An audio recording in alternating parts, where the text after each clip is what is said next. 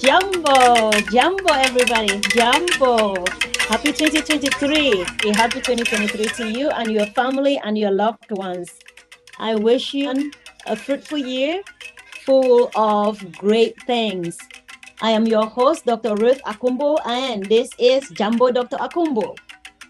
The show brings you cultural relevant, multifaceted conversations and reflections intersecting education, entertainment, and business with a commitment to DEIB and cultural capacity building.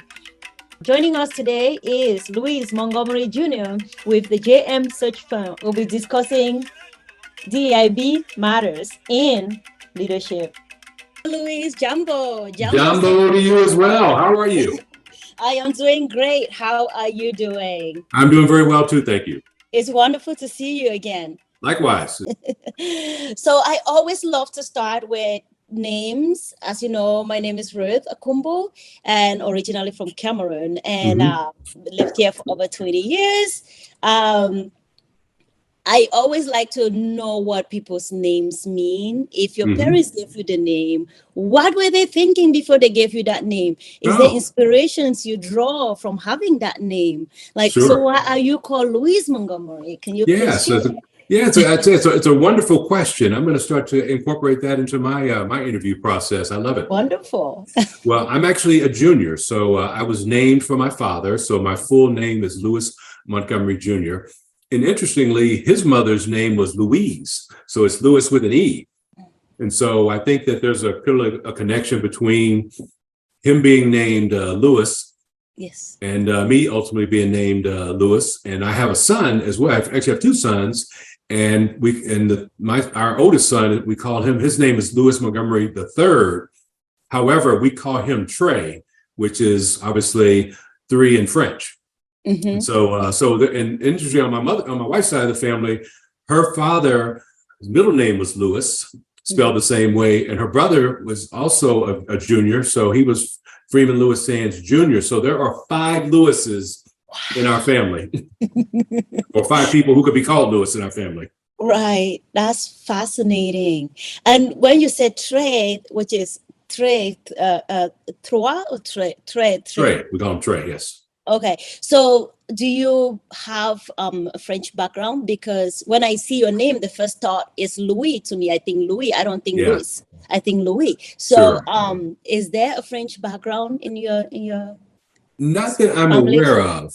My family is from Mississippi originally. My father was born in Mississippi, and all the male relatives on that side of the family, they came from Mississippi. His mother was born in Mississippi. So, and you know that given slavery and the aftermath, we don't know exactly, but clearly there are I do have some Caucasian background. In fact, I've done some genealogy research, and my great-grandfather was listed in I think it was a 1920 or 1930 census as a mulatto, which is something you don't hear much in this country anymore, but it means obviously a mixed race person. Right. So clearly he and his preceding relatives, there were some obviously white people in our family. So it could have been, like long story short, could have been, but that we always chose to use what I call the English pronunciation, but the French spelling. Now, here's another tidbit. I was born and raised in St. Louis, Missouri. Huh. You know, so my name was my name for my father, but again, born in St. Louis. It's St. Louis, yeah. Yeah, so it's an interesting coincidence. Right, that is really cool. Louise, born in St. Louis, Missouri. Yeah, exactly. Yeah, and I have some friends, not so much anymore, but some of my high school teammates and some of my college teammates called me Louis. So I've been called Louis before, which is fine.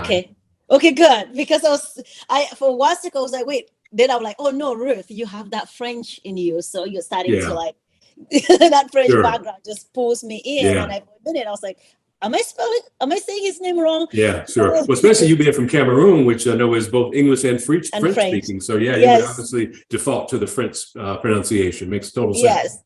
It's interesting because I've having lived here for 20 years, I forget how much impact French has on my life. Oh, and it's when things like this happen and I'm like, oh, I still have that. Like it hasn't gone away just because I've been in the US for 20 years. It will right? never go away. Right. In fact, just a little tidbit about St. Louis. St. Louis was part of the Louisiana Purchase. So that was part of France. That was considered French country. And so Right. St. Louis was named for Louis XIV.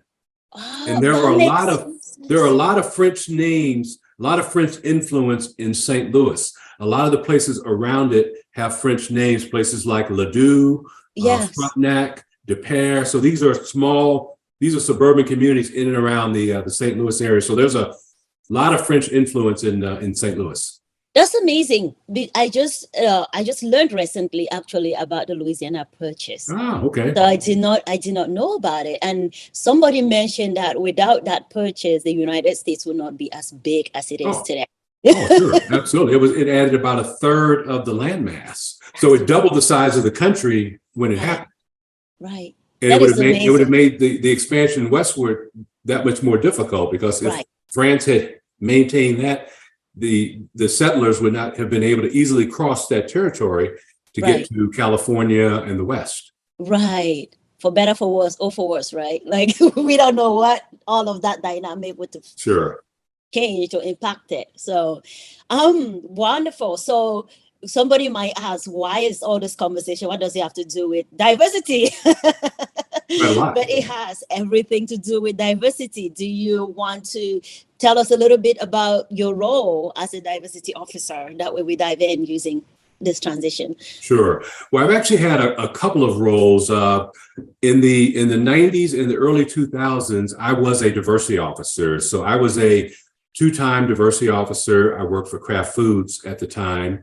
And then later I was a head of diversity for Philip Morris USA for a period of time. And so that was from the late 90s into the early 2000s. Now, over the last 10 years, I've worked in executive search, and I place HR leaders, but I also place diversity officers in a wide variety of different organizations, including in higher ed, as well as in nonprofits, as well as in commercial organizations. So I've had the good fortune to see the field evolve. So for instance, Ruth, my first title in diversity was Affirmative Action and Diversity. So I was at that transition between affirmative action when diversity was really just beginning to be created as a separate and distinct function. And that was in the late 90s. And so I've had the opportunity to see how the field has evolved over the last 20 plus years. That's wonderful. That was a question that I wanted to bring in, because it's like the affirmative action. So how do you distinguish today affirmative action to diversity? Sure. Well, affirmative action is something that is legally required of organizations that are government contractors, as you know, and it sets out a series of goals and timetables for organizations to achieve goals, and the goals are essentially around representation. So the idea behind affirmative action is an organization should reflect the broad dynamics of the workforce from which it's pulling from. So for instance, and it's based on job categories, but let's say for a particular job category, if 20% of the population, and it uses census data, have those kind of qualifications, you would expect inside the organization that about 20% of that organization that represents that particular job group should be individuals of color. And if organizations don't have that, what affirmative action requires is they set goals and they have timetables in which to achieve them. And so affirmative action is very legalistic and very metrics and somewhat mechanically focused, whereas diversity is broader. I mean, diversity encompasses really all of us, whereas affirmative action is pretty narrowly focused on women and underrepresented groups, but diversity looks at a wide variety of different characteristics. And so white men are certainly included as part of diversity. Individuals of different sexual orientations are included, veteran status, caregivers. And so diversity is very, very broad. And essentially, all of us represent dimensions of diversity, whereas affirmative action is very narrowly focused. Right. Okay. So that is the difference that sometimes is not very clear, because some people would argue that we already have affirmative action. Why is it that there is such a push for DEI or DEIB? So there is this school of thought that is saying that DEI or DEIB it's a waste, right? So it's a waste of resources, and some argue that it is an oxymoron, because if you're trying to say you stand for these things, then why don't you just do it? Why do you have to make such a fuss about it and then create offices where people go into those offices, they don't really do anything, but it seems like you're just throwing it on your website that I'm doing this thing so people know you're doing these things, but in reality you're not doing it, and as a result reinforcing those negative effects that we are hoping to dismantle with this new approach to hiring and leadership. What do you have to say? Yeah, I guess the way I look at this is, and this is a topic that I have wrestled with for, as I mentioned, over 20 years. And I came up with a way to describe diversity that I will share with you, and that really what the goal of diversity and inclusion, or diversity, equity, inclusion, and belonging, as it's now known as, is to create an organization where everyone feels welcomed, included, and valued. And that's aspirational. We're not there. We're not there Right. as organizations, nor as a society. And so, and the reality is, most organizations, well, many organizations are really sub-optimized in terms of how reflective they are of society. I know we'll talk later about sort of why this is important, but I would use the analogy of, pick a sport. American football is very, very popular right now. We have the national collegiate national championship tonight. So if you would think about the various positions on a team, there are 11 distinct positions on an American football team. And that in a sense represents diversity. These different positions have different functions.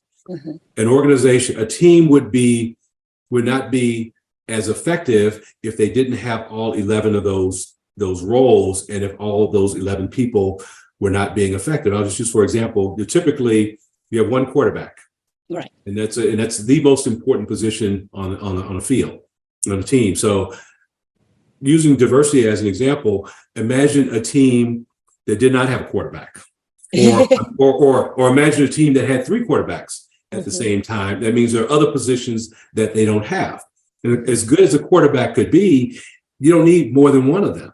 And if you got more of one thing, and that means you're going to have less of some of the others. So if you had three quarterbacks, you're going to be missing an offensive lineman, or you might be missing a wide receiver, or you might be missing a running back. And so it's really about making sure that an organization has all the components, all the pieces that they need. And what we mean by that is that all the viewpoints of society, or that organization's either talent pool and or customers are represented. You can use a different analogy. Let's say you got an organization they make diapers for kids. Okay, that's what they do. And imagine in that organization you had the people that were marketing. None of them had kids. They would miss the mark in terms of what's important for that that client base. And so it's making sure that then the viewpoints of the customer are being represented, but then also being able to attract and retain a workforce is very, very important as well. Right. I have been, with my desire to transition into this space, whether I end up doing it or I don't, with this podcast, I still feel like I need to bring in these viewpoints that enhances this new field. And the thing that, as a student of culture, that really stood out to me was that diversity of thinking. And you've touched on that a lot. And I have decided that if this is a field I am going to work in any aspect, I always want to think about DEIB as in from a cultural perspective. Mm-hmm. What am I looking at? Because individuals, whether they are Black, white, no matter what they are, have a certain culture about them. And when they go into a company, they bring that culture with them. And once that culture is not valued in any way, or they're not allowed to freely express that culture, to a certain degree, it tampers who they are. Mm-hmm. Just take, for instance, as a Black woman going into a workplace and feeling like you have to straighten your hair all the time. Mm-hmm. That is a chore. That is an Sure. added chore to you, and it makes your experience at the job site more complicated. So it's me having to do cornrows and show up to work. It makes my life so much easier. Sure. Me knowing that I'm not going to be judged, criticized, or underlooked because of my hair, it really makes such a big difference in Sure. how you feel at work. So, Mm-hmm. and that comes with the culture of the way I do my hair. So I feel like, in addition to what you're saying, culture is such a big part of the Mm-hmm. people that we bring into our companies. And have you, in your experience, seen any conflict between the HR culture and DEIB with this new trend? Or are they connected as the companies move ahead? Yeah, well, ideally, culture, DEI and B is baked into the organization, and most of the organizations that I have either been a part of or have worked with as a consultant, HR is responsible for the diversity, equity, inclusion, and belonging function. In many organizations, that person who is the head of DEI and B reports to the head of HR. There are situations that I have worked in particular in higher ed, where that's not the case, where the person who's in charge of DEI and B reports to the chancellor or the CEO of the university and or the provost. But the point is, DE&I and B is part of an organization's fabric. It's part of an organization's culture, and that the most effective organizations are going to somehow find a way to make sure that these are connected so much. And I think ideally, again, unless there are other reasons, that working either reporting to HR or being very, very closely aligned to HR makes the most sense, because so much of this work is HR work, which is ultimately culture work as well. Right. One of the challenges that I have heard a few people mention that want to get into this field and not coming from an HR background is that the companies expect so much. Mm-hmm. And based on some of the readings I have done, people that transition into DEIB usually do not always come from an HR background. So once companies are recruiting and demanding, almost requiring a lot more of the HR background, does it make it difficult for people that might be really passionate about this field to go in, and then the people that are more HR oriented get into it even if they are not passionate about the field? Is there maybe an imbalance there? Yeah, I would say that the field of DEI and B has become a lot more specialized, and it's become a lot more professional, frankly, over the years. As I mentioned, when I first went into it, I was coming from HR, but many of the people that got into diversity in the early days did not have HR backgrounds, and some cases they came from things like communications or corporate affairs or other kinds of areas like that. And I think you do have a bit of a disadvantage if you don't have a background in HR, because again, I'm biased because obviously that's been my background. However, there are very successful practitioners who have come from other areas. And so the whole diversity, inclusion, and belonging area is really, I consider it a multidisciplinary function. There is HR is a big part of it. Communications is a big part of it. External affairs could be a big part of it as well. So I think someone that, again, doesn't have a background in HR could be very successful in this area, but realize that there's some things from an internal standpoint that they're going to have to shore up. Because Right. depending on the organization, DE&I and B will have both an internal component, which has to do with being able to attract, develop, and retain a workforce, but there's frequently an external component to it, where it has to do with external relationships. There may also be a customer or consumer aspect to it as well. So people that have backgrounds in marketing, and consumer affairs could be very, very successful in this space. But again, they may have a gap. And so whatever the gap may be, there are things that they can and should do to shore up the gap. If you're an HR practitioner and your DE&I and B role has an external component to it, that's an area that may be a gap for you that you would have to shore up. If you've come a background that's got marketing or external affairs or something like that, or communications where you've been externally focused primarily, the internal side is a gap for you.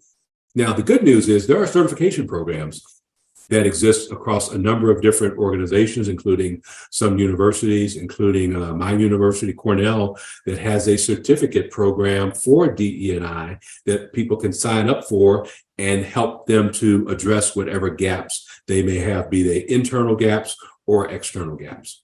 Right. So what I'm hearing you say is be ready to strap on those boots and really work hard at what you don't know, if you're given the opportunity. Because I feel like as much as people keep saying, oh, there's so much need and there's so many opportunities, it's not as easy for a recruiter to just bring in somebody who doesn't have this HR background, who doesn't have some of the things that might help them excel. So as a recruiter, what do you look for? Yeah, great point. And I've recently hosted a webinar in the month of December. I know I've recently sent you a copy of the blog, and also Yes. you're going through the information on it. And it talks about what it takes to be successful in the DE&I space and what kinds of things we look for as a recruiter. Well, one of the most important attributes for a successful DE&I and B person is the ability to collaborate with others. Because again, this is an interdisciplinary function. Typically, the DE&I and B person doesn't, quote, own the key inputs. They don't own hiring. They don't own necessarily the promotions process. They're there to influence those kinds of things. So the ability to influence without direct authority is something that is really, really important for success in this area. That's not necessarily an HR thing. That's a skill that DE&I folks need to have. And so that's one. Clearly an understanding of the mechanics of how organizations work. The inputs around hires and promotion and recruiting sources, why people stay, why people leave organizations, employee engagement. Those are all very, very important aspects. And then also, if the person has external responsibilities, understanding what are some key relationships that organizations have, how can the organization leverage those kinds of things. And so the work is very challenging because, again, what DE&I and B is ultimately about is about organizational change. Mm-hmm. And there are skills associated with helping an organization to evolve. And it takes a lot of work. It takes a lot of support, but again, having the ability to collaborate across a wide swath of the organization, being strategic as well. So one of the things that I look for is to what extent has these folks had the opportunity to develop and implement strategic plans around DE&I and B, and then ultimately an ability to communicate. You have to have very, very strong communication / influencing skills, both verbally, both interpersonally, as well as in writing. Now, this person or these people are frequently spokespeople for the organization or representatives of the organization. and they need to be able to effectively do that. In some cases, in times when under times of duress and stress, when there's been perhaps some incident or bad news associated with the organization. So the ability to be able to work through those kinds of things. I wrote a paper, and I'll share this with you as well when we finish, on some of the key attributes of what were called next generation diversity officers. I wrote this paper several years ago in my prior organization, and it's something that I'm in the process of updating. And we looked at what are some of the skills associated with being successful in the space, and the things I've touched on include those. But again, the ability to be collaborative, they're willing to be strategic, but then also I would say to be flexible.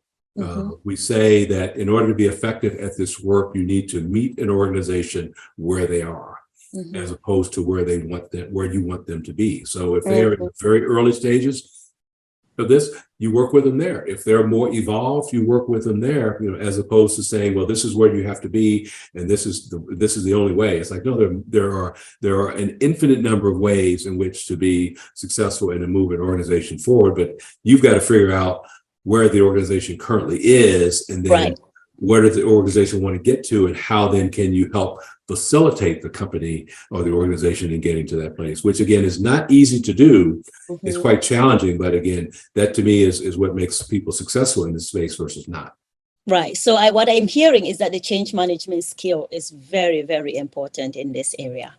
I would say that's probably, you're right. I'm sorry for interrupting. That is, no, that's good. That is probably the most important skill in this area. All right. Oh, wonderful.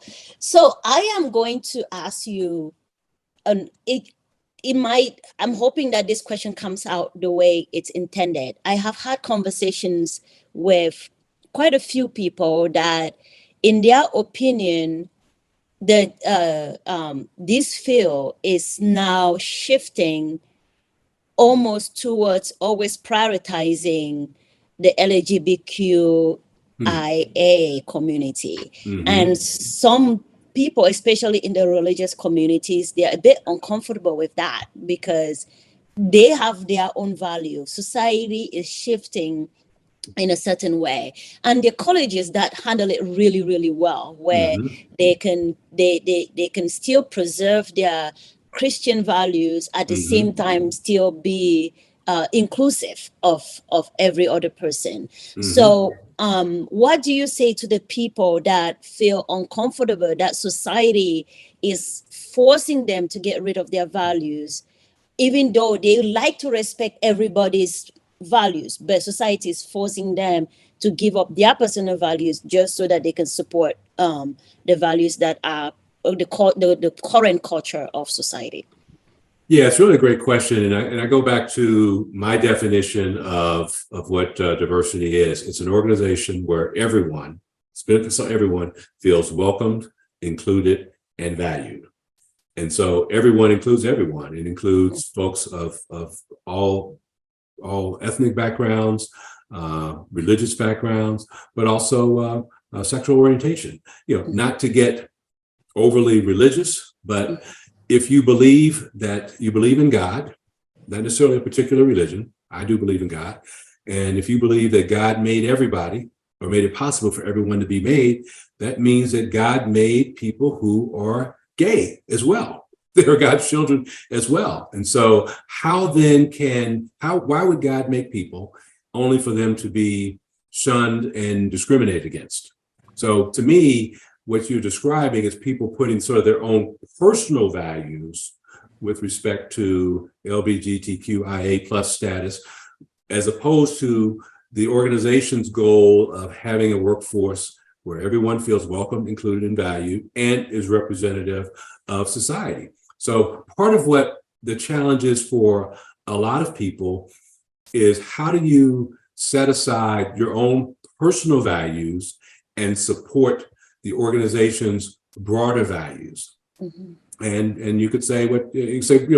So I think that's a challenge for some people in the DE&I and B space. But it's about, again, you have to ask yourself: is this sort of my personal value, or is this the organization's value? Or then more broadly, is this a societal value, or is this something from a religious standpoint? And so I think that's the challenge for a lot of people, is how do you reconcile your own religious beliefs versus what the organization is trying to accomplish? And let's face it, LGBTQIA folks have been discriminated against as others have been. And again, if you believe in my definition, where everyone is welcome, included, and valued, you want these folks to be valued as well, because they are reflective of the population, and they are reflective of perhaps your consumer base as well.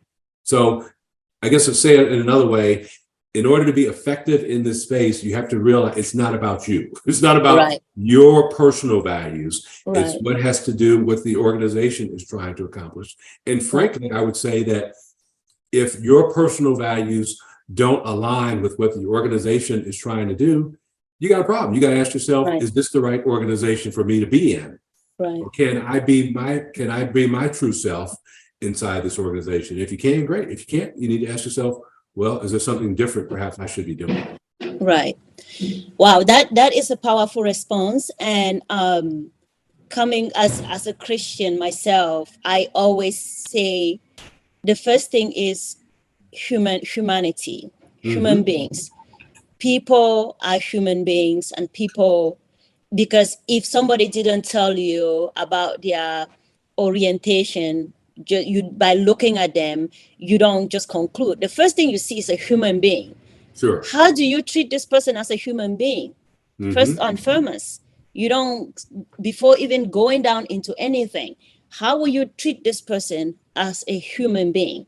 That's and once we start thinking thinking of people as human beings, then whether we are black, white, straight, not straight, it really is a secondary factor at this point. And as you've mentioned, really knowing if your beliefs aligns with the company.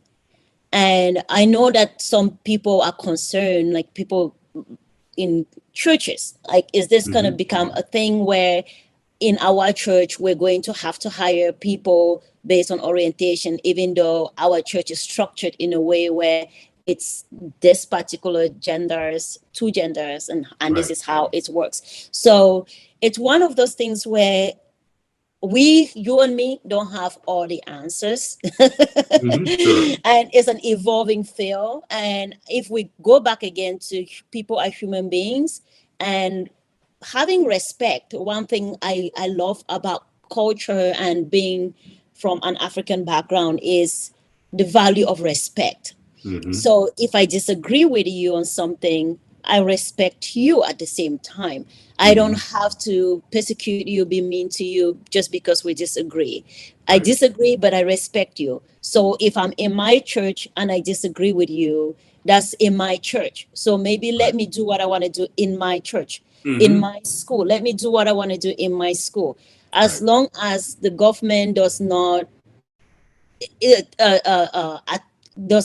boil down on you and force you to do what is different. Like, I know one way that somebody puts it, I'm struggling here, but one way that one person put it that really helped me was, this is my house.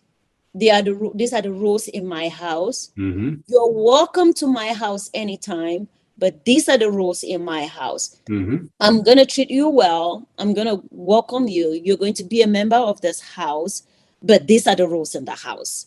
So sometimes these rules are not what we want to hear or what we agree with, but that's the rules. And I really appreciate you saying, think for yourself. Is it your personal values, or is it really what God wants? It's like you start to really evaluate who you are before you jump into a field that is really complex or too complex for your value system. Yeah, exactly. I really love that. I love those deep conversations that people are too shy to have. And thank you for being willing to dive into that conversation. Now let's go to a lighter question. Okay, why is diversity important in leadership in general? Just mainly the leadership part of this. Yeah. I think for several reasons. Again, what every organization exists to somehow serve a broader community. Whether they're a commercial organization or whether they are a nonprofit. Organizations are doing a couple of things. One, they are providing some value to society. The other thing they are doing is they have a workforce that comes from society. And so to me, in order for an organization, any organization to be effective, they need to ultimately be reflective of the society to whom they are providing service, goods or services, and they also need to be reflective of the population from which they are drawing from a workforce standpoint. We talked that DE&I and B is really about organizational change. Organizational change is most effective when it comes from the top. Right. There can certainly be grassroots efforts, and there frequently are grassroots efforts that in many cases, diversity, equity, inclusion, belonging really starts at a more grassroots level. But ultimately, in order for it to take root and to be transformative, it has to be supported by leadership. Full stop. Right. And it's effective, and I think it's very important for, again, an organization to be effective in offering and providing goods and services to society, that its leadership be reflective of society to a certain extent. I used the example before of imagine, we're making baby products and none of our leaders have babies or have kids. We're going to miss the mark. We are not going to produce the kind of products that our consumers want and need because we don't have that perspective. And so it's really about having the perspective, whereas you talked about diversity of thought. I'd say diversity of thought, diversity of perspective as well. And so that's why it's important that leadership be reflective of ultimately be reflective of society, so that you get it, so that you're setting the direction of the organization to make sure that we are providing goods and services that our customers and our constituents ultimately need. If we don't, we're going to go out of business. Right.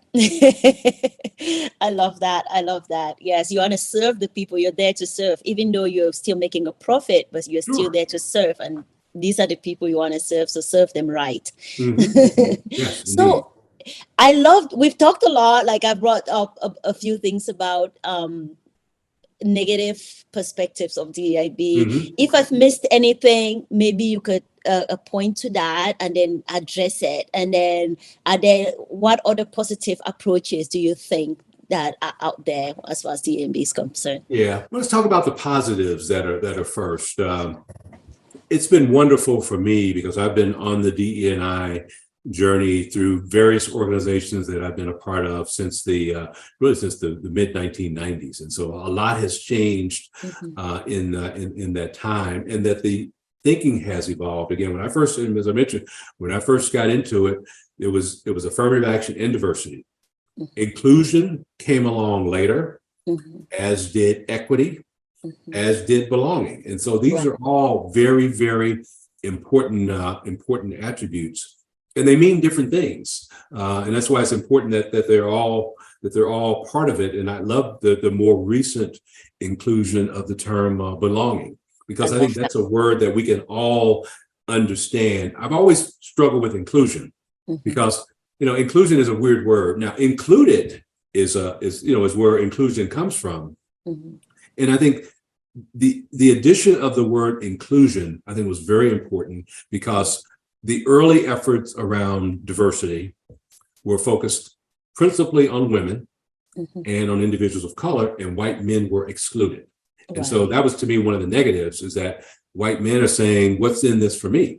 Well, inclusion embraces them, and belonging obviously embraces really all of us. And so there's pieces of DE&I and B that are sort of mechanical and legal. There are other things that are feelings. And feelings matter. So to me, the best part of this field is that it's not stagnant, that it has continued to evolve over time. And now the most recent edition of the word belonging is important. So I think Right. those to me are the positive things about the field. It continues to grow and develop. Clearly, from the summer of 20, after the murder of George Floyd and the various protests associated with it, was really a flashpoint. And what we saw as a result of that, many more organizations, many other leaders inside of organizations looked themselves in the mirror and said, we're not doing enough. And what can we do? And so that led to an uptick of interest in the field, and I'd say it's abated somewhat. But there are more organizations today that have diversity officers or have DE&I programs than had it prior to the summer of 2020. Right. The challenge always with this field, though, is that it is evolving, and you mentioned the LGBTQIA issue, and that parts of diversity, equity, inclusion may have conflict with individuals' values. And so I think that's one of the challenges associated with it is, how can you, to use the phrase, how can you serve two masters? How can you serve the master of the organization, and how can you serve the master of your individual beliefs? So I think that's a challenge that people in this space have to grapple with. Yeah. So I think that's one of the negatives that can be, is that people may feel some amount of conflict. The other big negative has been the lack of inclusion of white men. And so I think that the organizations that have gotten this right have been able to include all groups.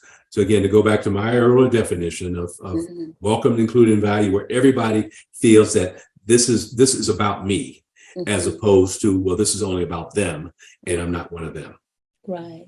Wow. I'm really chipping. I really love that you said this is about me also, and not just about them, because I have definitely felt like that in situations where I'm like, well, I'm just a placeholder here.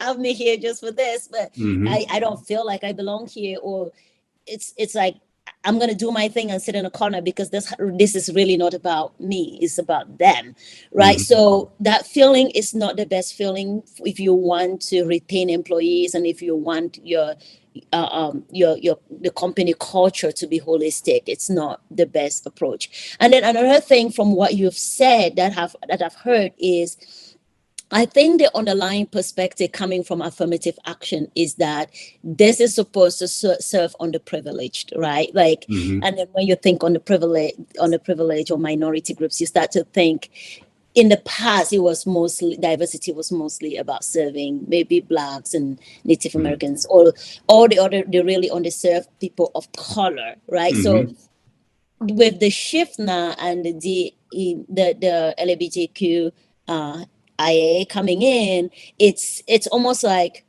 if we have everybody, why do we need to differentiate, right? It's that you start to think, and it starts to feel like maybe this is not for us. I don't know, like it's not for people of color, it's for everybody. Because I've sat in board meetings, and then I've led board meetings, and we had like a presentation on DND. And people have said to me, well, I don't know. I felt like this was all about the women, and the white women took over the show. And I felt like this was all about the LGBTQ community, and I felt left out, or I felt like they just gave us a little bit of attention. And that is the black struggle over, or is the minority people of color struggle over? Why is it that these people are hijacking now something that was supposed to really help minorities come out? So it's like, these are conversations that I've had with people, and I'm like, what is your thought on that? Well, again, this is a field that has evolved, and let's face it, LGBTQIA people have been underrepresented in organizations. They have been shunned. They have not been, in some cases, they have not been enabled to be themselves. They've had to hide a significant part of who they are, and many still do. Many people who are LGBTQ aren't comfortable being, quote, out. And so, I mean, that's part of the reality. So again, I think this is a continued evolution. One of the other areas that is starting to get some traction in the DEIB space is around neurodiversity, around Right. people who are differently able, people who are on the autism spectrum. So Yes. you're starting to hear more conversation about those kinds of things. Again, similarly, we didn't talk about mental health Right. in the mid 90s or the 80s. And so, That's true. so I think it's reflective of the fact that the field continues to evolve. But again, Right. there's two major aspects to DE&I&B. There's representation. So what does your organization look like as compared to the workforce that you're drawing from, and also your consumers? So that's part of it. The other big part of it has to do with, how do I feel? Do I feel that I belong here and that I can make a contribution? So those are the two major areas, and there's sub areas within that. And Right. so those are the two tensions, in fact, that organizations and people in this space have to navigate. Is Right. how do I help make sure our workforce is reflective of society? Because Right. again, if we don't get it right, if we're making products that our customers don't want, or we're offering services that our consumers don't need, we could cease to exist.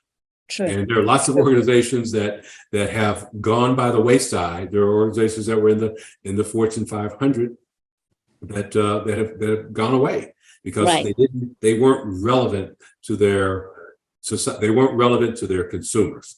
And at the Right. same time, and we're seeing this in some of the tech firms right now, that there are significant numbers of people that say, I don't feel like I belong here. And we've been dealing with this so-called Great Resignation for the last couple of years. And to me, it's more about people's quest for meaning. I Right. think what happened during the pandemic is that we all had to look in the mirror and ask ourselves the question, am I in the place that I feel I can make the greatest contribution? Is Right. the work that I'm doing meaningful enough for me? Right. Because again, when faced with an existential threat that we all face, Right. I tested positive for COVID last week Wow. for the first time, and I'm fully vaxxed. Right. And I am fully, I've got all my Posted. shots.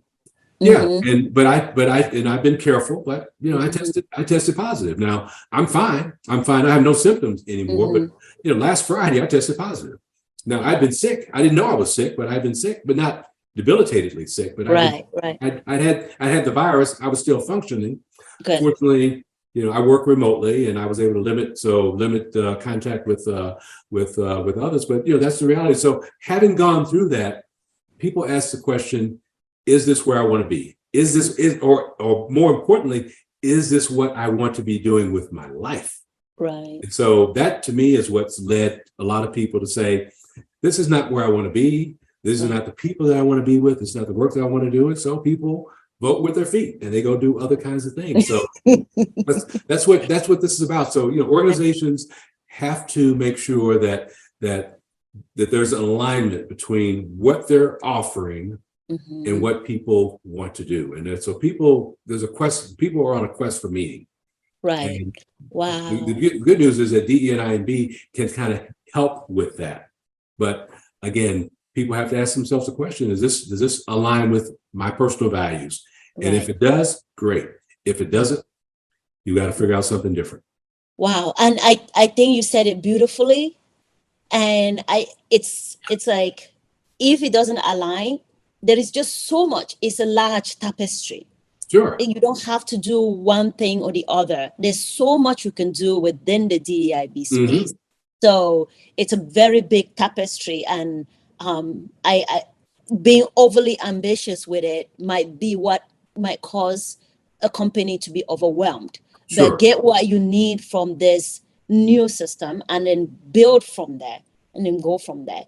Wow. But I love what you just said, and it's beautiful. And I think our values are important. Play along, do what you need to do, learn what you need to learn in the field. If you want to work in the field, bridge those gaps, and then figure for yourself, is this a company I want to work with? Is Mhm. this the ways they are going with their DEIB policies, does that match my personal values? There's no need for me to go work for a company that the values don't match. It just doesn't make sense. So thank you so much for all these wonderful words of encouragement. Thank you for your words of wisdom. And thank you above all for digging deep, for handling those dicey questions, right? Those dicey questions that are usually very tricky for society and for us as individuals. So thank you again. It was my pleasure. Thank you. You're welcome. Thank you so much for listening to Jambo Dr. Akumbu with our guest, Luis Montgomery Jr. All the links shared today are in the bio. I hope this was impactful and preparing all of you for the journey ahead. The world is a changing place, constantly changing, culture is constantly changing, society is constantly changing. I hope that with the resources that we share throughout this year, you will find hope, you will find determination in the area of interest, in your area of interest, and you will continue to learn and grow in the things that you care about.